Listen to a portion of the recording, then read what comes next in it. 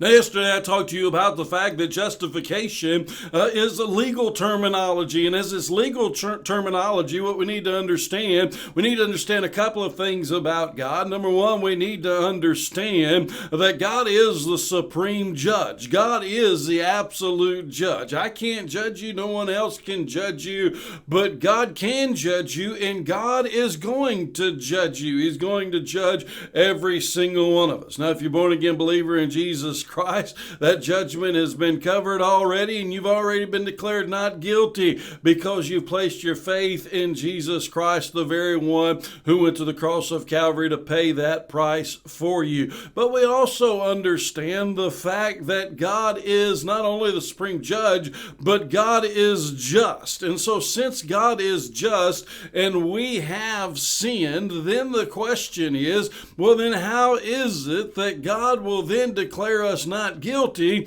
if we're actually guilty? You know, if we look at a judge today, everybody knows that guy is guilty. Everybody knows that guy committed the crime. It's a horrible crime. He deserves to be punished as a result of that crime. And he goes before the judge. The whole world knows he's guilty, and the judge says you're not guilty. So then everybody's going to say, well, that judge is corrupt. That judge is not acting properly. That judge is not working in justice. Though the Bible very clearly tells us that God is a just God. So how then is it that God can declare us, who are very clearly guilty of sin, and that God himself tells us that we're guilty of sin? How can God then deem us as not guilty, as being justified? This is how. The Bible says here in Isaiah chapter 53 in verse 6,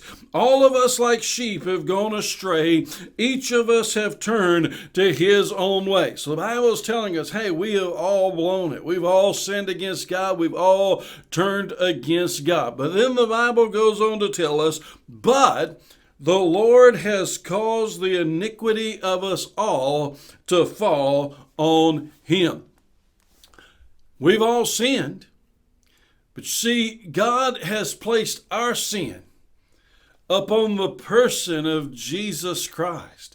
It's the very reason that he went to the cross of Calvary to die for your sin and to die for my sin. He has placed the iniquity of us all. He has caused the iniquity of us all to fall on him. Him being Jesus Christ. Sin must be punished. Sin must be paid for because God is just. So he sent his son Jesus to go to the cross, to pay the penalty of sin. Not sin that he has committed, because he who knew no sin became sin for you and for me. But he went to the cross of Calvary to pay for my sin and to pay for your sin, that the iniquity of us all would fall on him.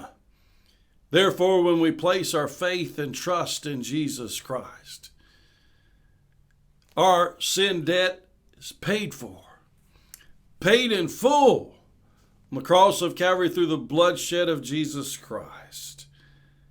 And we're then declared not guilty. That's why we must put our faith in Jesus Christ.